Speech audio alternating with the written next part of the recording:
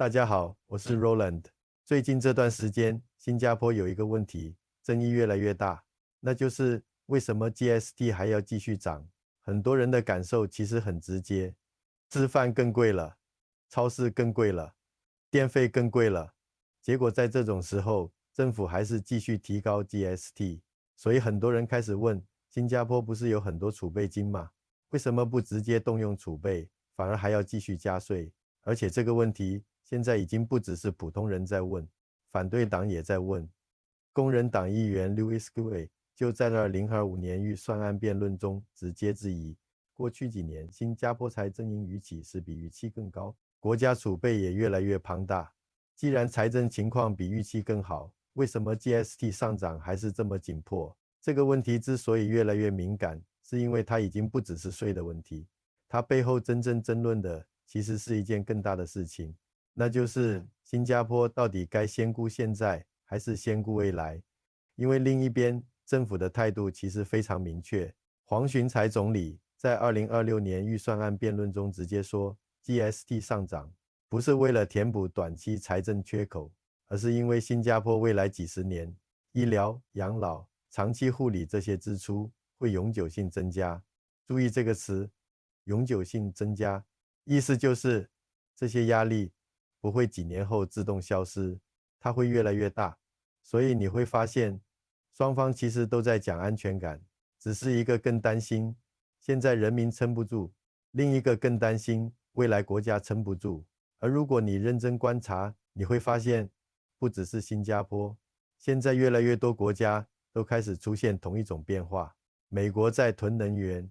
中国在强调粮食安全，欧洲在重新布局供应链，越来越多国家开始强调储备、安全、危机意识，就好像很多国家都突然开始变得不安心。问题是为什么？为什么过去几十年大家相信全球化，相信世界会越来越稳定，但现在越来越多国家却开始偷偷留后手，而这背后可能隐藏着一个越来越危险的信号。过去几十年，很多国家其实都有一种默认认知：东西不够可以买，能源不够可以进口，哪里成本低，工厂就搬去哪里。因为大家一直相信全球化会让世界越来越稳定，但 COVID 之后，很多国家第一次发现事情可能没有想象中安全。疫情最严重的时候，全球供应链几乎一度混乱，口罩短缺，药物短缺，芯片短缺，港口堵塞，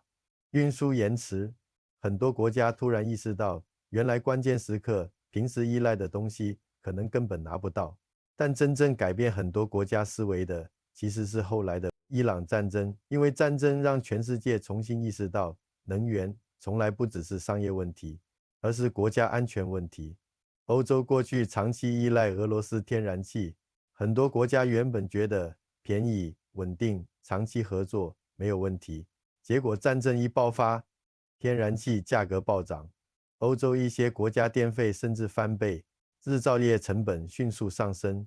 很多国家第一次发现，真正危险的时候，最可怕的不是贵，而是买不到。这个变化其实非常关键，因为它彻底改变了很多国家的逻辑。过去大家追求的是效率最大化，哪里便宜就向哪里买。但现在越来越多国家开始发现，如果未来世界越来越不稳定，过度依赖别人，风险会非常大。所以你会看到，美国开始推动制造业回流，中国开始强调粮食安全、能源安全，越来越多国家开始囤资源、囤能源，建立战略储备。甚至很多国家现在最担心的，已经不是赚得够不够快，而是万一出事的时候，自己还能不能撑住。而且还有一个变化，很多人可能没有意识到，过去几十年，很多国家默认战争离自己很远，但疫情、战争、能源危机、供应链冲突，其实都在不断提醒全世界，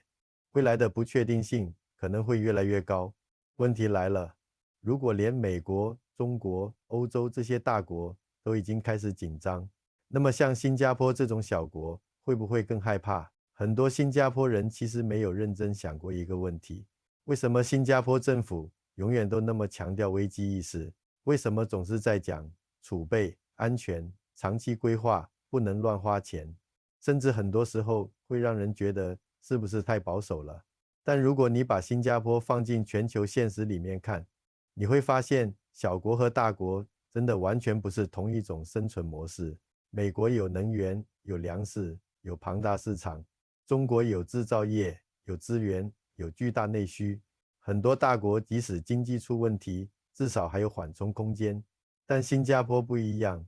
没有石油，没有天然气，没有大型农业，没有矿产，没有腹地，甚至连水资源过去都长期依赖进口。这意味着新加坡很多时候必须依赖世界正常运转。只要全球贸易稳定，新加坡就能活得很好。但如果世界开始混乱，小国承受的压力通常会比大国更直接，因为你没有太多退路。这也是为什么新加坡从建国开始就一直特别强调不能透支未来。李显龙在2024年的国会讲话中就回顾过，新加坡在1960年代建国初期，国库其实非常空虚，那个时期政府甚至需要削减公务员薪资。后来经过几十年积累，新加坡才慢慢建立起今天的储备体系。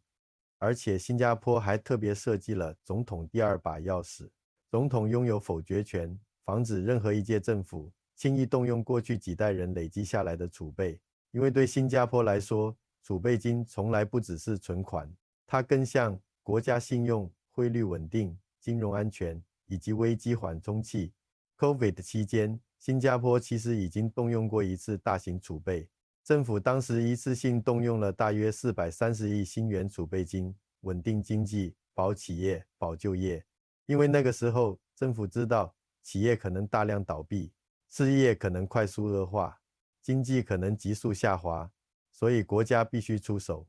但重点来了，疫情一结束，政府很快又重新恢复财政纪律，甚至继续提高 GST。 为什么？因为政府真正担心的从来不是今年有没有钱，而是未来几十年还能不能持续有钱。尤其新加坡现在面对一个很现实的问题，人口老龄化，未来医疗、养老、长期护理这些支出会持续增加，而且这些不是一次性支出，而是长期结构性压力。所以政府一直坚持长期开支不能长期靠储备金解决，因为如果今天为了舒服，过早把底牌打出去，未来真的遇到金融危机、战争、能源断供、全球供应链崩塌的时候，国家缓冲能力就会明显下降。黄循财甚至明确警告，如果提高可动用投资回报比例，虽然短期能减轻压力，但会削弱下一代的财政安全。但另一边，反对党的逻辑，很多普通人其实也能理解。他们认为，过去几年财政连续出现比预期更高的盈余，说明政府可能收的比需要更多。既然财政情况比预期更好，为什么 GST 上涨还是这么急？所以你会发现 GST 争议真正复杂的地方在于，双方其实都在讲安全感，只是政府担心的是未来国家应对风险的能力，而人民更在意的是现在生活还能不能撑住。这里很多人都会有一个疑问，美国自己有石油，中国也有石油，为什么这些国家还是长期大量进口外国石油？因为石油真正的价值从来不只是拿来开车，它其实是整个现代工业社会最核心的资源之一。汽车需要石油，飞机需要石油，军队需要石油，运输系统需要能源。战争时期，能源甚至直接决定国家能撑多久。所以很多国家真正担心的，从来不是今天有没有油，而是未来如果发生极端情况，自己还能撑多久。这也是为什么美国长期维持全球最大的战略石油储备体系之一，因为美国担心的不是今天够不够用，而是未来如果战争、国际制裁、全球运输中断突然发生，自己还能不能稳定运转。中国这些年其实也一直在做类似事情，持续增加原油储备，确保能源供应稳定。因为所有大国现在都越来越清楚，能源这种东西平时看起来只是商业，但关键时刻它其实决定国家安全。而伊朗战争之后，全世界更加意识到，真正危险的时候，最可怕的不是贵，而是没有选择。所以很多国家宁愿今天先买别人的资源，把自己的资源留着，留给未来，留给战争，留给真正危险的时候。而这个逻辑其实和新加坡不轻易动用储备金的逻辑非常像，核心都不是今天有没有，而是未来还有没有底牌。而这一点对新加坡来说压力更大，因为别人至少还有资源，但新加坡几乎什么都没有，所以这个国家只能更依赖储备、财政纪律、国际信用以及长期稳定能力。因为一旦财政信誉出问题，外资信心下降，货币失稳，小国受到的冲击通常会非常快。如果你认真观察现在的世界，会发现一个非常明显的变化。过去几十年，全球最重要的关键词是效率，哪里便宜，工厂就搬去哪里；能源哪里便宜，就向哪里买。大家相信全球化会让世界越来越稳定，但现在这个逻辑正在慢慢改变。疫情之后，很多国家发现过度依赖别人风险非常大。伊朗战争之后，更多国家开始意识到能源、粮食、芯片、供应链关键时刻都可能变成武器，于是全球开始从效率优先慢慢转向安全优先。以前大家拼命降低成本，现在很多国家宁愿成本更高，也要确保供应安全。越来越多国家开始限制出口，强化本土制造，建立战略储备，重新布局供应链。因为现在很多国家最怕的已经不是经济成长慢一点，而是关键时候没有东西用。所以现在全球越来越强调一个词：国家韧性。简单来说就是出事的时候你还能撑多久。疫情是一种测试，战争是一种测试，能源危机也是一种测试。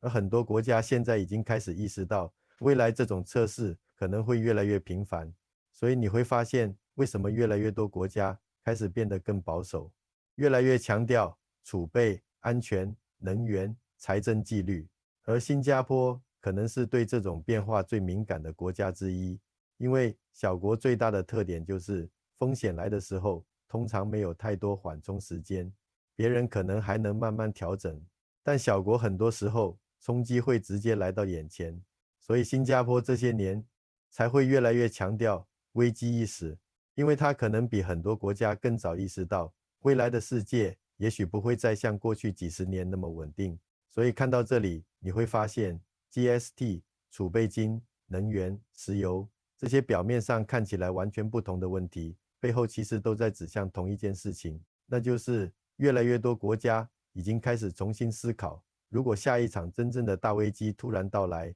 自己还能撑多久？疫情让很多国家发现，原来全球供应链真的会断；战争让很多国家发现，原来能源真的会变成武器。而现在越来越多国家开始意识到，真正危险的时候，有钱不一定有用，真正重要的是你有没有准备，有没有储备，有没有底牌。而新加坡可能是最早进入这种危机思维的国家之一，因为对大国来说，危机可能只是损失，但对小国来说，危机很多时候决定的可能是还能不能继续稳定活下去。所以你会发现，为什么新加坡一直强调储备、财政纪律、长期规划、危机意识，因为这个国家非常清楚，小国最大的危险从来不是今天辛苦一点，而是未来突然没有退路。最后，我也很想知道你的看法，你觉得新加坡政府坚持提高 GST， 到底是真正有远见，还是让普通人的压力越来越大？如果未来真的发生更大的全球危机，你觉得新加坡现在这种拼命留底牌的做法，会不会反而变成优势？如果你是政府，你会选择现在先让人民过得轻松一点，还是宁愿现在辛苦一点，也一定要为未来留下更多底牌？欢迎把你的想法留在评论区。如果你喜欢这种深度分析新加坡经济、新加坡社会与国际趋势的内容，记得分享、点赞视频，订阅我的频道，打开小铃铛。我们下期见。